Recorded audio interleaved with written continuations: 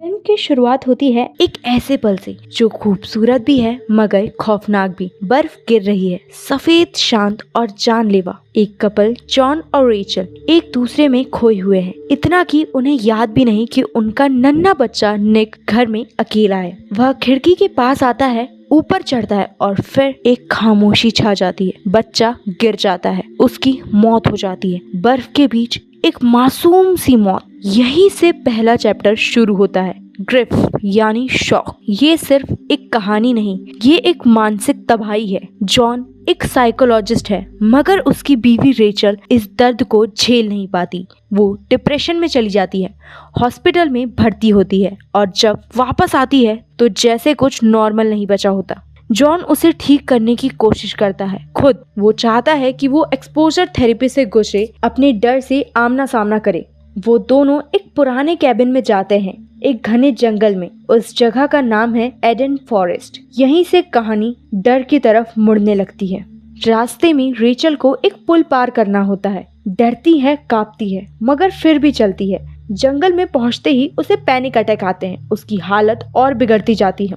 John, जो पहले एक काउंसलर था, अब खुद अपने होश खोने लगता है। उसे लगने लगता है कि रेचल की तकलीफ अब उसे छूने लगी है। एक रात जब वो सोकर उठता है तो उसके हाथ में अजीब सा घाव होता है, जैसे कोई अंदर ही अंदर उसे भी खा रहा है। जंगल अजीब है, डरावना और जैसे किसी रहस्य को छुपा रहा हो। जॉन को एक चील का बच्चा मरता हुआ दिखता है, जिसे उसकी माँ खा जाती है। रेचल ये देखती है और उसके चेहरे पर दुख के साए लौट आते हैं। जॉन को अब लगने लगता है कि रेचल सिर्फ डिप्रेशन में नहीं है, वह कुछ और भी छुपा रही है या उसका व्यवहार बदल रहा है। कभी वो बहुत नर्म होती है और कभी अचानक से हिंसक हो जाती है। और यहीं पर शुरू होता है चैप्टर 2, पेन। दर्द का वो चेहरा जो ना तो दवा से ठीक होता ना बातों से। रेचल अब एकदम अलग हो चुकी है। वो जबरदस्ती जॉन से फिजिकल रिलेशन चाहती है। जॉन इससे बचता है, मगर ये बचना अब मुमकिन नहीं लगता।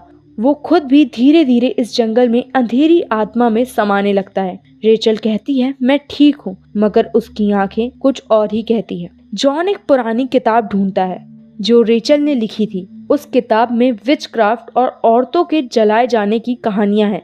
रेचल का मानना है कि औरतें बुरी होती हैं, उनका नेचर ही बुरा होता है। जॉन उसे समझाने की कोशिश करता है, मगर अब बातों का असर नहीं होता। रेचल की मानसिक हालत इतनी खराब हो चुकी है कि वह अपने गिल्ट को गुस्से में बदल देती है। उसे लगता है कि जॉन उसे छोड़ देगा और इसी डर से वह उस पर हमला करती है। उसके शरीर पर चोट पहुंचाती है, उसकी टांग में भारी पत्थर बांध देती है ताकि वह भाग न पाए। अब डर सिर्फ मानसिक नहीं रहा, ये फिजिकल हो चुका है। ये जंगल अब रिश्तों को निगल रहा है। और यहीं पर कहानी एक नई गहराई में उतरती है।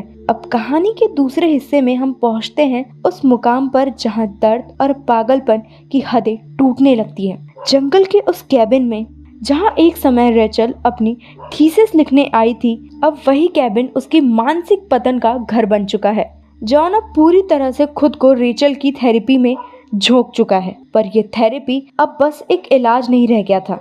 ये अब एक ब्लैक होल बन चुकी थी जो दोनों को अपने अंदर खींच रही थी। रेचल अब और भी ज्यादा अजीब व्यवहार करने लगी थी। कभी वो जॉन के साथ जबरन फिजिकल होने की जिद करती तो कभी अचानक खुद को नुकसान पहुंचाने लगती। उसका चेहरा अब एक इंसान का नहीं बल्कि अब एक ऐसे डरावने चेहरे का बनता जा रहा था जो खुद से ही डरता था। जॉन अब इस बात को समझने लगा था कि वो खुद इस दर्द में डूबता जा रहा है। एक दिन जब वह सोकर उठता है तो पता चलता है कि उसके हाथों में कांटे चुभे हुए हैं, खून बह रहा है, दर्द हो रहा है और साथ ही साथ उसका आत्मविश्वास भी। जॉन रेचल को दोबारा जंगल में उस पथरीले रास्ते पर चलने की कोशिश कराता है, ये सोचकर कि शायद एक्सपोजर थेरेपी काम कर जाए।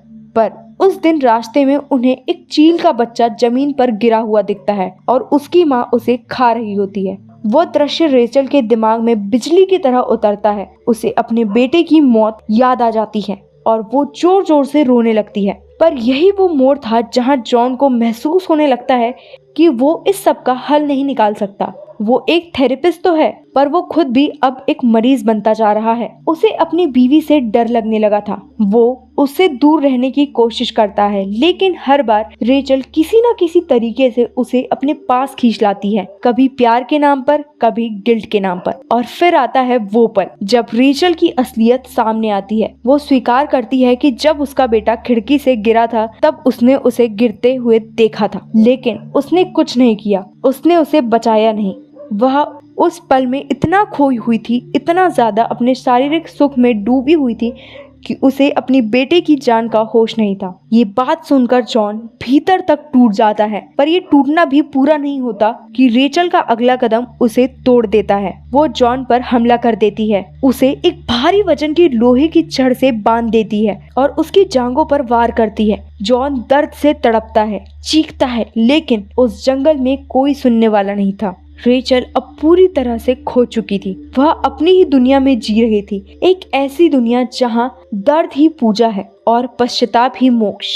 उसने अपने बच्चे की मौत एक पाप मान लिया था और अब वो खुद को सजा दे रही थी, और जॉन बस एक मोहरा बन चुका था उस सजा में। कहानी अब अपने अंधेरे मोड़ पर पहुंचती है और अभी तीसरा चैप्टर बाकी था। जैसे जैसे जंगल का अंधेरा गहराता गया, जॉन की सांसों की घबराहट और तेज हो गई। उसके पैरों में बंधा हुआ भारी लकड़ी का टुकड़ा उसे बार बार जमीन पर घसीट ले जा रहा था, लेकिन इस बार वह हार मानने को तैयार नहीं था। उसकी आंखों में एक अलग सी आग लगी थी, एक ऐसी आग जो गलती, शर्म और पीड़ा से उठी थी। रेचल, जो पूरी तरह से अपने होश में नहीं थी, कैबिन के अंदर एक कोने में बैठी हुई थी। उसका चेहरा पसीने और आंसुओं में भीगा हुआ था और हाथ कांप रहे थे। उसने खुद के भीतर पलते राक्षस को पहचान लिया, वो राक्षस जिसने उसे यकीन दिला दिया था कि वो एक बुराई की जड़ है। उसने खुद से नफरत करना शुरू कर दिया। इसी पागलपन के बीच जॉन किसी तरह से उस भारी लकड़ी को घिसटाते हुए कैबिन के अंदर पहुंचता है।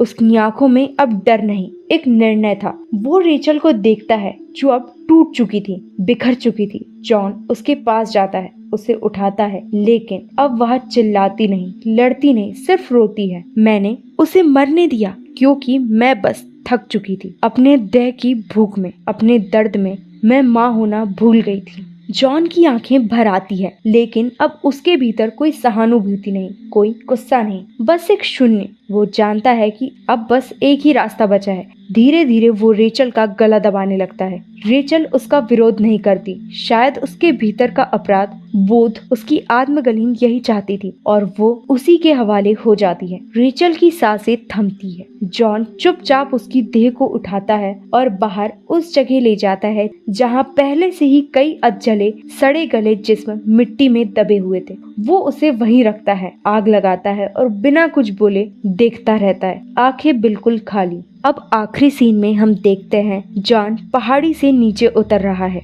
धुएं के बीच से वह निकलता है और उसकी चारों तरफ औरतों की आकृतियां दिखाई देती हैं। सैकड़ों, शायद हजारों औरतें। उनके चेहरे अस्पष्ट है, लेकिन उनकी चाल में एक शांति है। वो सब उसकी तरफ देखती हैं, जैसे उसे माफ कर रही हो, या शायद जैसे उसके भीतर के राक्षस को पहचान गई हो। वो आकृतियां धीरे धीरे गायब होने लगती है और जॉन वो उस जंगल से बाहर निकलता है, टूटा हुआ, थका हुआ, लेकिन किसी बोझ से मुक्त, जैसे उसने अपने भीतर के शैतान को आग में झोंक दिया हो। जैसे अब वो इंसान नहीं रहा, बस एक खाली खोल है जिसे जीवन और मृत्यु दोनों ने छू लिया। यहीं खत्म होती है एंट्रिस्ट की वो यात्रा जो हमें एक कपल के टूटते हुए रिश्ते, एक माँ की आत्मगलीन और एक पति की चुपचाप जलती हुई पीड़ा के बीच ले जाती है। यह सिर्फ एक हॉरर फिल्म नहीं, यह एक मानसिक यात्रा है,